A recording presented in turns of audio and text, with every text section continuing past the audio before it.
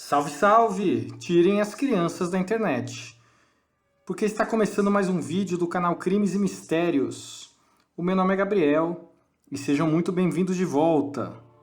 E hoje a gente vai falar do caso Amber Tuckaro. Um caso bastante misterioso, para dizer o mínimo, e um caso no qual a única pista que foi deixada para trás, aparentemente, foi uma gravação muito sinistra sobre a qual a gente vai falar em alguns instantes. Vamos aos fatos.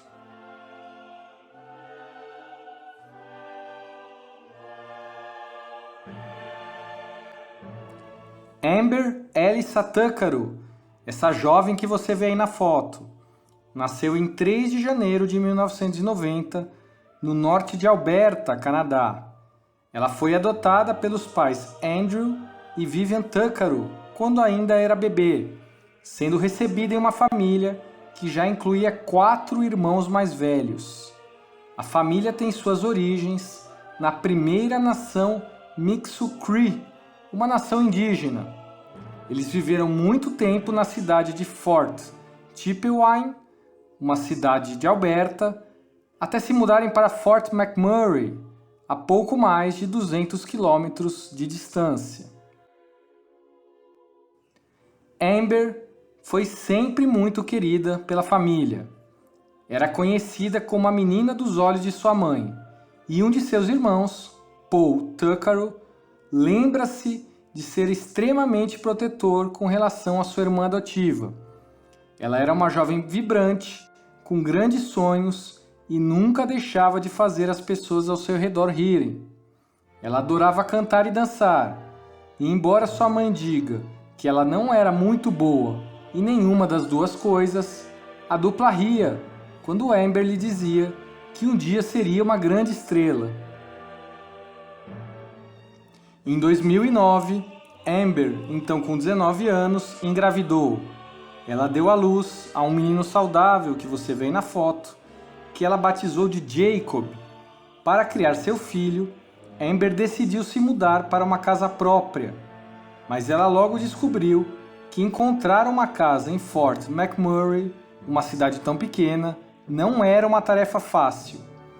Durante essa busca, ela se hospedou 3 vezes na Unity House, uma organização que oferece abrigo para que pessoas que estão tentando encontrar um lugar para morar permaneçam. Foi uma transição difícil para Amber, que eventualmente se arrependia e pedia à mãe para pegá-la e levá-la de volta para a casa da família. Na Unity House, Amber conheceu e fez amizade com uma mulher, cujo nome nunca veio a público. Em uma das vezes em que Amber saiu do abrigo, mais precisamente em 17 de agosto de 2010, essa mulher não identificada foi até a residência de Tuckaro e convidou a jovem mãe para voar com ela de Fort McMurray para Edmonton. Enquanto a mulher reservava as passagens de avião, Vivian, a mãe de Amber, compartilhou com a filha as preocupações que tinha quanto a essa viagem tão abrupta. Amber minimizou as preocupações da mãe, dizendo que ela só ficaria fora por 2 dias. E as duas mulheres, junto com Jacob, então com 14 meses, fizeram a viagem para o sul. Para economizar dinheiro, a dupla escolheu reservar um quarto de motel nas proximidades de Nisku, Alberta, que era conhecida por suas tarifas de hotel mais baratas, em comparação com a grande capital da província.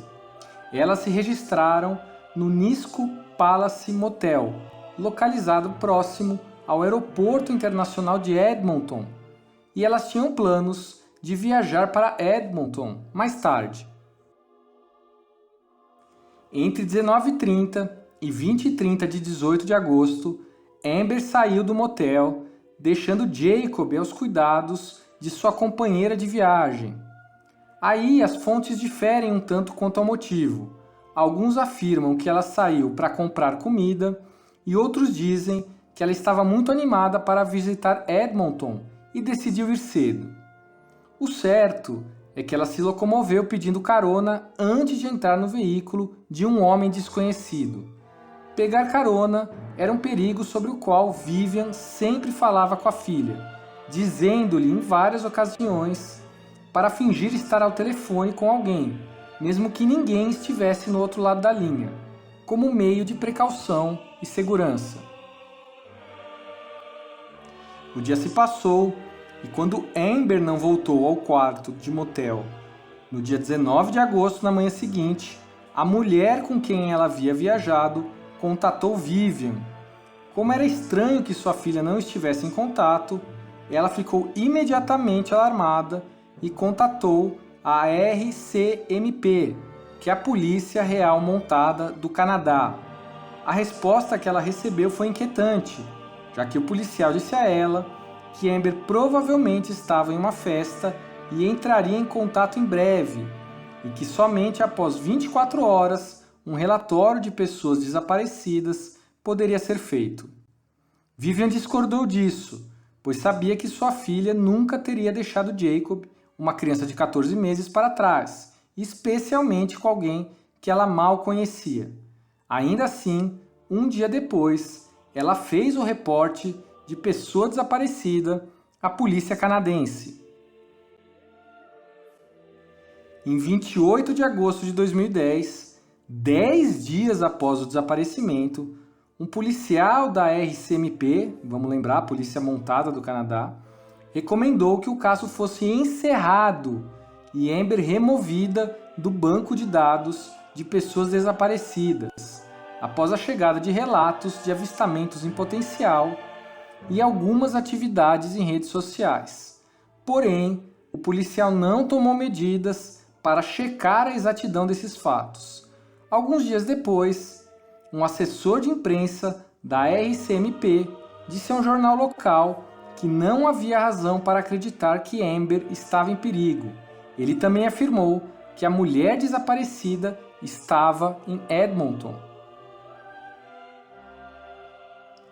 A família sempre contestou a decisão de que Amber fosse removida desse banco de dados e acredita que essa precipitação comprometeu seriamente a investigação.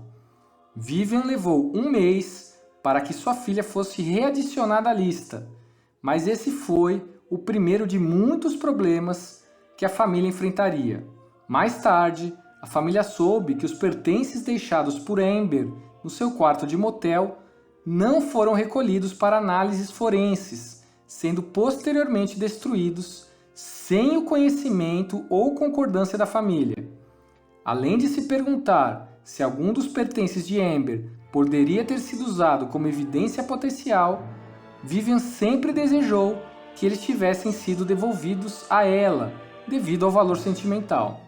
Além disso, ela nunca foi entrevistada pela RCMP, até 4 meses depois do desaparecimento de Amber.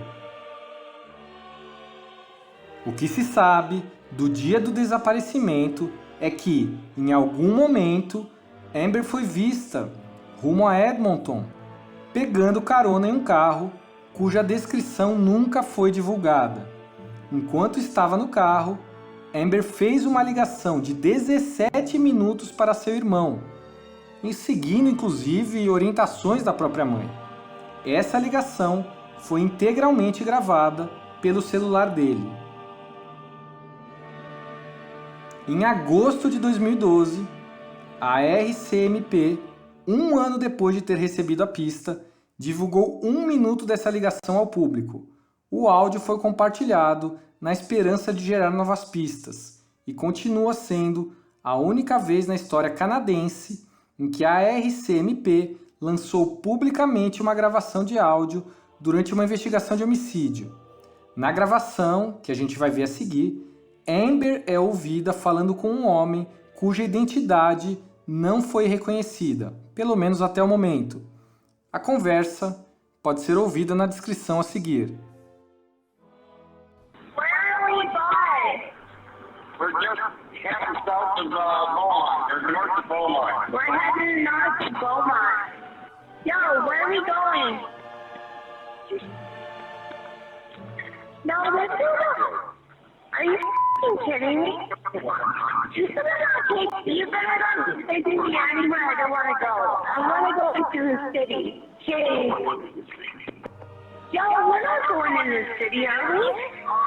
No, we're not. Then where the f*** is road going to? 50th Street. 50th Street. Are you sure? Absolutely. Yo, where are we going? 50th Street. 50th Street? East, right?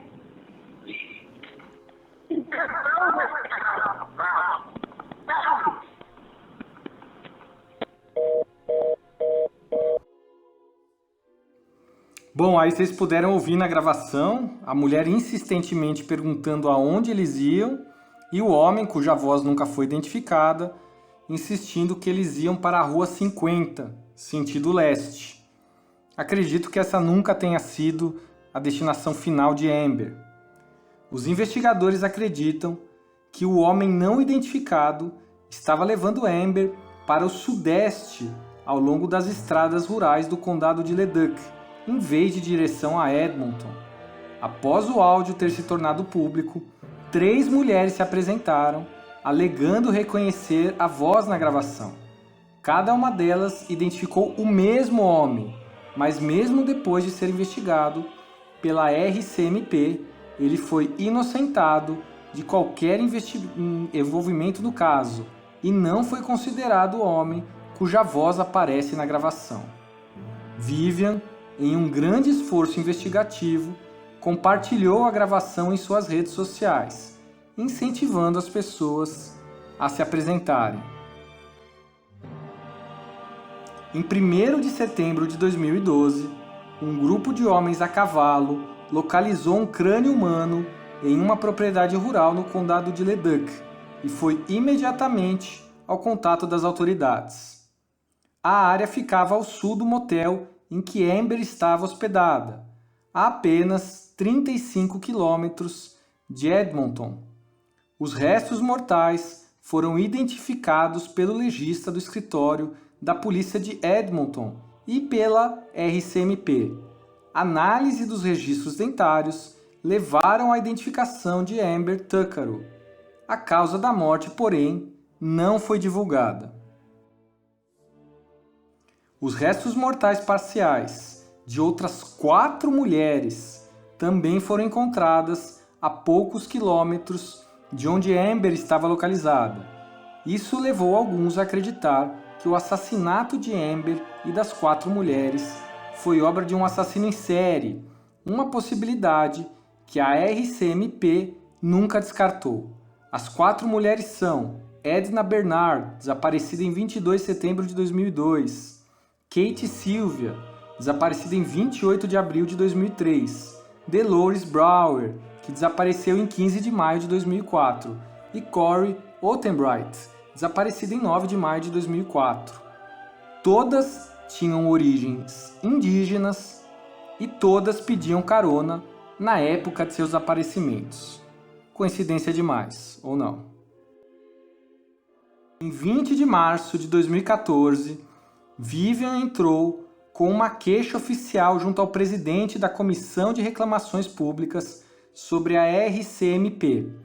A denúncia citou vários problemas com a investigação, incluindo a minimização do desaparecimento de Amber e a destruição de possíveis provas.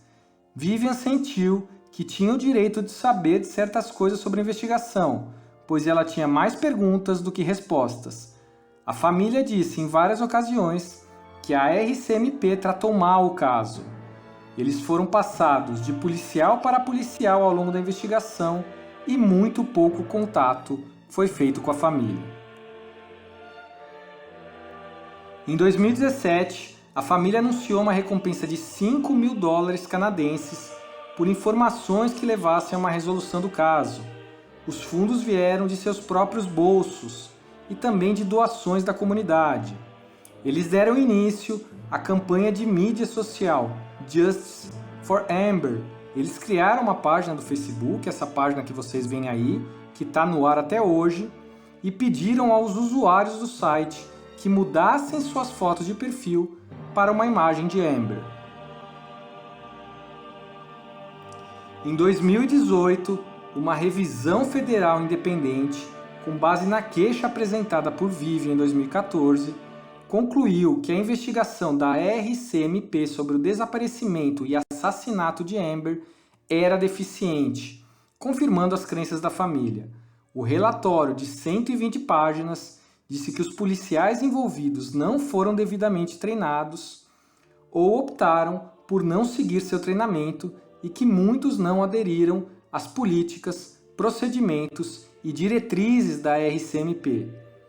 Isso foi em relação às ações tomadas no início da investigação, incluindo a remoção do nome de Amber do banco de dados de pessoas desaparecidas e também a destruição de evidências potenciais, as quais não seguiram o protocolo adequado.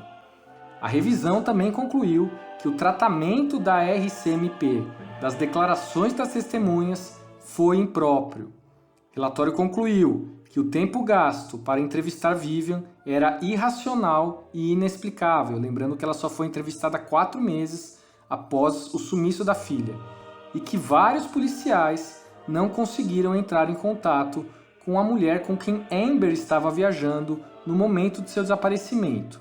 Da mesma forma, constatou-se que informações de contato relevantes para testemunhas em potencial nem sempre foram registradas.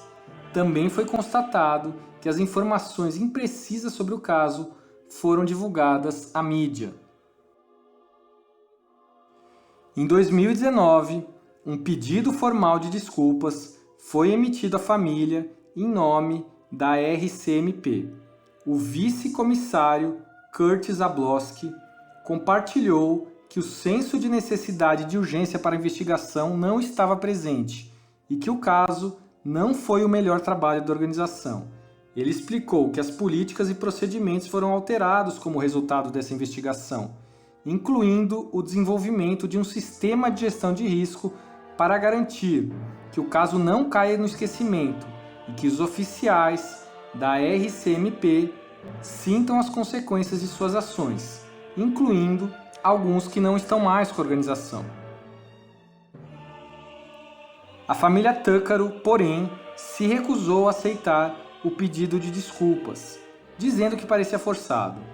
Eles ficaram ainda mais contrariados com a saída abrupta do comissário adjunto da coletiva de imprensa, com ele citando uma reunião previamente agendada. Após o pedido de desculpas, a família revelou um novo pôster aos simpatizantes, esse que você vê na tela, e novamente pediu àqueles com informações que se apresentassem e contassem à polícia. Em janeiro de 2020, recentemente, portanto, a RCMP anunciou que um homem que havia entrado em contato com o destacamento policial em dezembro de 2019 sobre um caso de pessoas desaparecidas na área, fez várias postagens no Facebook alegando que seu pai era o responsável pelo assassinato de Amber, bem como de outras mulheres em Alberta, algumas das quais a gente já falou. O homem, que mora em Utah, nos Estados Unidos, afirmou que sua família identificou a voz masculina na gravação como pertencente a seu pai, que vivia entrando e saindo de um rancho rural na área metropolitana de Edmonton, no Canadá, desde 2009. De acordo com a RCMP, muitos dos casos mencionados pelo homem já foram resolvidos, mas eles estão investigando se a informação é relevante ou não para o caso de Amber. Eles notaram que o homem já fez falsas acusações contra seu pai no passado. As postagens do Facebook já foram removidas. Nem o homem nem seu pai foram identificados publicamente, pois seu pai não foi apontado como suspeito ou pessoa de interesse nos casos citados. A família de Amber se recusou a comentar as alegações do homem. De acordo com a RCMP, o caso de Amber permanece em aberto. Embora nenhuma prisão tenha sido feita, o homem não identificado, cuja voz é ouvida nessa gravação que a gente ouviu há pouco, é considerado uma pessoa de interesse. Dizem que continuam a receber sugestões. A única teoria com que a polícia trabalha é homicídio. provavelmente ocorrido nas mãos do homem que a buscou na noite em que Amber desapareceu. Isso se deve à área remota em que os restos mortais foram encontrados e ao telefonema que ela deu ao irmão, cuja parte a gente ouviu. Atualmente, a principal questão mantida por muitos que descobriram o caso é se o assassinato de Amber foi ou não nas mãos de um potencial assassino em série. Dado que os corpos de outras 4 mulheres indígenas estavam localizados perto de onde os restos mortais de Amber foram encontrados, muitos acham que é provável que um assassino em série esteja trabalhando na área, visando mulheres vulneráveis.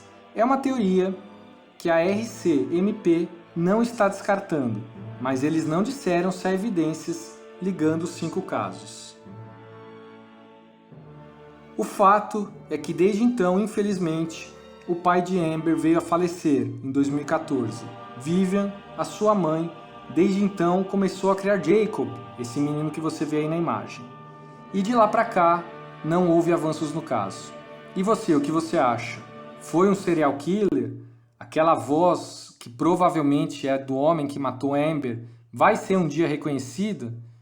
Eu acho que algum tempo se passou, mas eu espero que sim. Bom, gente, esse foi o caso de hoje.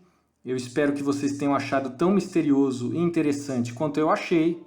No próximo domingo a gente vai trazer um caso tão ou mais interessante. Eu espero que vocês acompanhem. Um grande abraço e até a próxima.